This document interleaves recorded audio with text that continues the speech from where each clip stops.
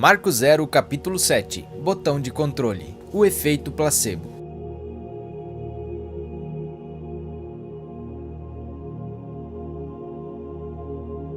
Segundo um pesquisador da Cambridge University, não importa a ordem das letras de uma palavra, a única coisa importante é que a primeira letra esteja no lugar certo. O resto pode estar uma bagunça e você ainda irá ler sem problema. Isso é porque o cérebro humano não lê cada letra sozinha, mas a palavra como um todo. Seu cérebro é elaborado para criar atalhos a fim de compreender a realidade e buscar quaisquer ameaças à sua sobrevivência. Um dos meios pelo qual ele faz isso é preenchendo as lacunas, exatamente como você fez enquanto lia as palavras inarticuladas acima. No entanto, essa habilidade ímpar pode criar problemas na percepção. Sua mente pode ser inclinada ao erro e talvez você nem perceba. Em 2005, o filme Control é um grande exemplo de como isso funciona. É a história de um sociopata sentenciado à morte por injeção letal, a quem foi dada uma segunda chance na vida. Tudo o que ele tem de fazer é ser voluntário para uma experiência, como um hamster, como uma nova droga que todos esperavam trazer a paz para uma alma perturbada. O ator Ray Liotta, interpretando o personagem protagonista do assassino, relutantemente concorda. Com o passar do tempo, seu personagem se acalma, vivencia o remorso e verdadeiramente parece ter mudado. Mas logo descobrimos que todos os outros voluntários, alguns utilizando a mesma droga experimental, morreram. No entanto, Ray continua vivendo. Por quê? Não quero estragar o filme para você, mas só vou dizer o seguinte: suas expectativas criam os resultados que você obtém. Você não precisa saber conscientemente quais são essas expectativas. Irá tirar conclusões a respeito a partir de pessoas à sua volta e de seu próprio passado. Aí que o Ho'oponopono chega para salvar o dia. Segundo o Dr. Hewlin, nosso passado faz parte da nossa programação. O que esperamos da vida e uns dos outros vem das conclusões que tiramos de nossas experiências. Em outras palavras, você quase nunca enxerga o momento claramente. Você vê através de um filtro. No filme Control, o ator principal tivera uma criação violenta. Ele havia presenciado crimes de paixão e ódio. Inconscientemente, concluíra que sua vida seria o que viu. Claro que isso não era verdade, pois não tinha de ser assim. No entanto, sua mente tirou conclusões e ele inconscientemente as vivenciou. À medida que a história desenrola, ele conhece alguém que o ajuda a tirar uma nova conclusão a respeito de si mesmo e começa a mudar drasticamente. Por quê? Porque sua nova percepção de si mesmo cria um novo modo de ser. Ele se torna uma alma benevolente em lugar de violenta.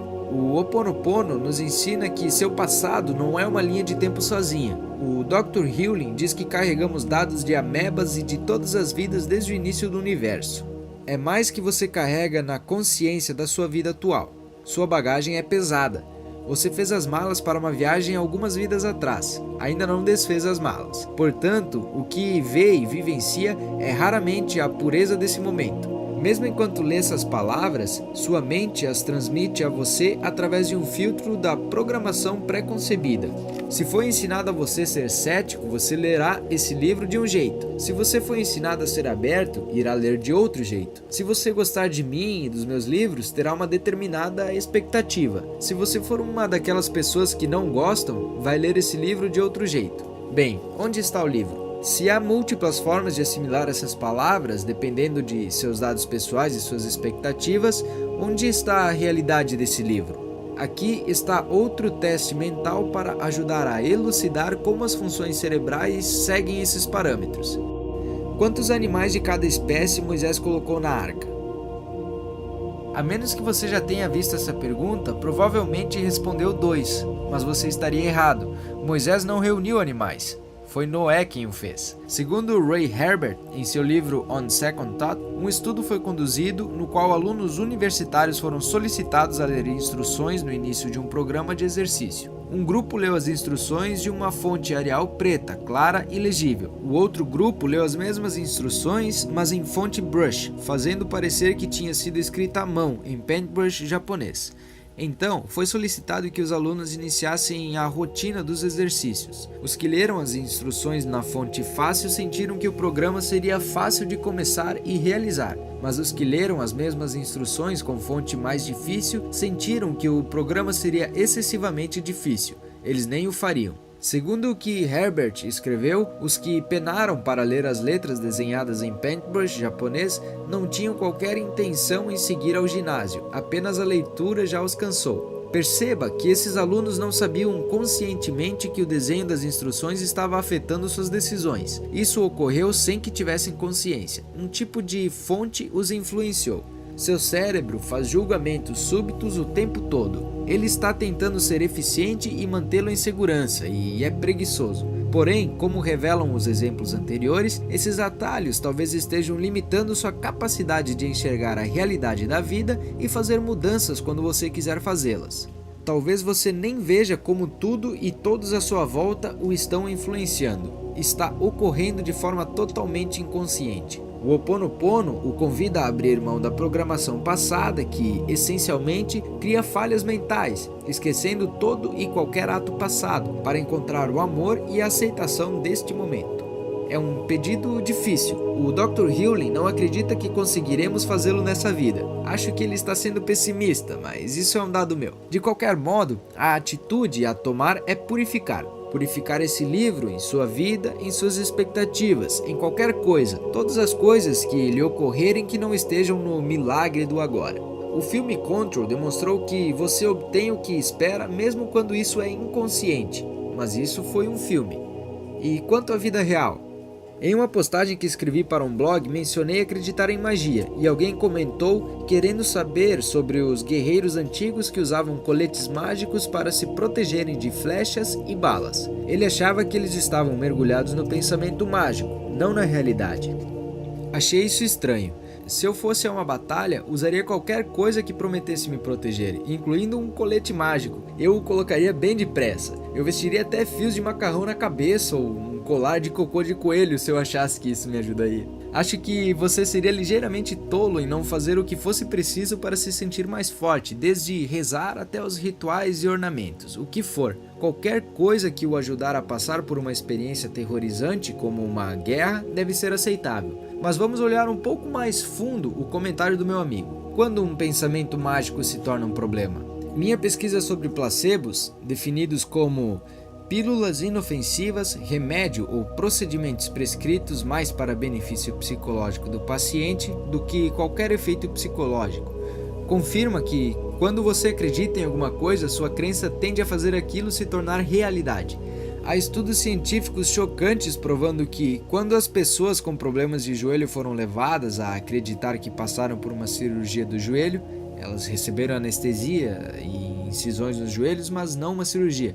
De fato, elas melhoraram. Mais recentemente, um estudo revelou que um placebo funciona ainda melhor quando você sabe que é um deles. Isso não é novidade. Sei do poder da crença desde os anos 60, quando li The Magic of Believing, obra-prima de Claude Bristol. Sua crença molda a realidade. Acredite que algo seja verdade sobre você mesmo ou sobre seu mundo e você tende a atrair as circunstâncias que surgirão. Isso também funciona com crenças negativas. O nocebo é uma expectativa negativa e igualmente criará uma condição para ela. Em outras palavras, se você acreditar que as coisas vão dar errado ou que algo terá um efeito danoso, tenderá a atrair essa expectativa. Isso leva a um apuro interessante. Se sua crença influencia sua realidade de forma tão drástica, então quando a sua crença está em conflito com a realidade? Por exemplo, vestir um colete mágico para ir à guerra é apenas iludir-se? A crença em um desfecho positivo é apenas ilusão, apesar da realidade? A crença em um desfecho negativo é um erro, apesar das provas contrárias? Provavelmente. Sim, você pode estar se iludindo quando veste um colete mágico ou um anel abençoado, mas é exatamente essa ilusão que pode ser a crença que irá ajudá-lo a atravessar a vida com força e até ser a ousadia extra de que você precisa para ajudá-lo a sobreviver e prosperar. Coloque dessa forma e qual será a sua saída? Entrar na batalha sem nada? Passar pela vida sem força? Pelo fato de que sua crença é o elemento de controle nessa situação, você está livre para acreditar no positivismo, no negativismo ou em nada. Coloco nada em itálico, pois até acreditar em nada ainda é acreditar em alguma coisa. Alguns acham que o grande Deus chamado ciência é a supremacia do que é realidade. No entanto, a ciência está sempre chegando a conclusões que contradizem as anteriores, e a ciência atual por trás dos placebos prova que o que você acredita é mais importante do que a assim chamada realidade à sua volta. Se a ciência for o fator decisivo sobre a realidade, por que todos os cientistas não concordam? Por que há cientistas que acreditam em percepção extrasensorial, por exemplo, e outros que não acreditam? Nossa, eu achei que a ciência fosse o veredito. Deixei de ler revistas populares de ciência, como a Psychology Today, porque estava claro que simplesmente relatava os estudos recentes. Se você esperar o tempo suficiente, irá descobrir novos estudos que serão conflitantes com os antigos, e assim vai. Resumindo, o que é real? Desde que lancei meu livro e o programa em áudio de Awakening Curse, tenho enfatizado que a realidade é uma ilusão. Não é uma ideia nova. Buda e outros, principalmente os professores de não-dualidade, vêm dizendo a mesma coisa. Quando você vem do quarto estágio do despertar, você vê a ilusão. Como disse Einstein, a realidade é meramente uma ilusão, apesar de ser bem persistente.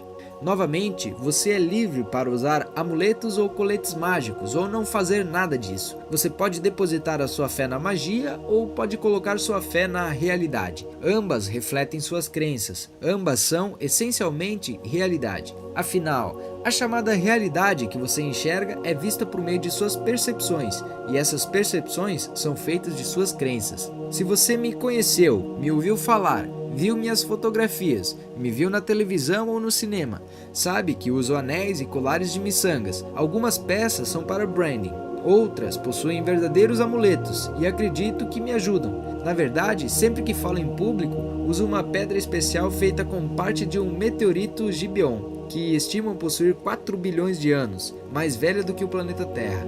É linda e eu sinto uma energia extra quando uso.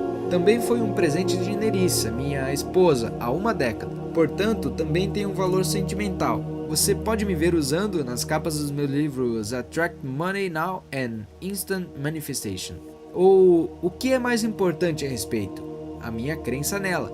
Dito isso, o que é real de fato? A verdade é que prefiro acreditar em um universo mágico e ver minha vida florescer com milagres e andar por aí, temendo qualquer folha que cai. Ao mesmo tempo, concordo com o ditado sufi: confie em Alá, mas primeiro amarre seu camelo. Voltando ao comentário do meu amigo sobre minha postagem no blog a respeito do pensamento mágico, isso significa confie em seu colete mágico, mas também faça o que for necessário para se cuidar. Isso tem tudo a ver com a cocriação da realidade. Sim, a magia existe. E sim, suas ações no mundo físico existem. A coisa mais sábia a fazer é mesclar as duas coisas. O único perigo real da magia é confiar somente nela. Shawn Ashore, em seu livro The Happiness Advantage, sugere que você use óculos de lentes tingidos de rosa em lugar de lentes cor-de-rosa. Ele coloca da seguinte forma: como o nome diz, óculos tingidos de rosa permitem que os problemas da realidade entrem em seu campo de visão, embora ainda mantenham seu foco mais no positivo. Vou concluir citando Bruce Barton, que é tema do meu livro The Seven Lost Secrets of Success. Ele escreveu o seguinte em seu livro What Can a Man Believe, de 1927. Fé no negócio, fé no país, fé em si mesmo, fé em outra pessoa. Esse é o poder que move o mundo. E por que é insensato acreditar que esse poder, tão mais forte do que qualquer outro, é meramente um fragmento do grande poder que conduz o universo? Resumindo, se eu fosse para uma batalha, certamente colocaria um colete mágico e faria todo o possível para me manter em segurança. O colete mágico poderia ou não ter poder, mas a minha crença nele teria. Dito de outra forma, um placebo não é real de fato, mas o efeito do placebo é: tenha fé e amarre o seu camelo. Ah, e continue purificando.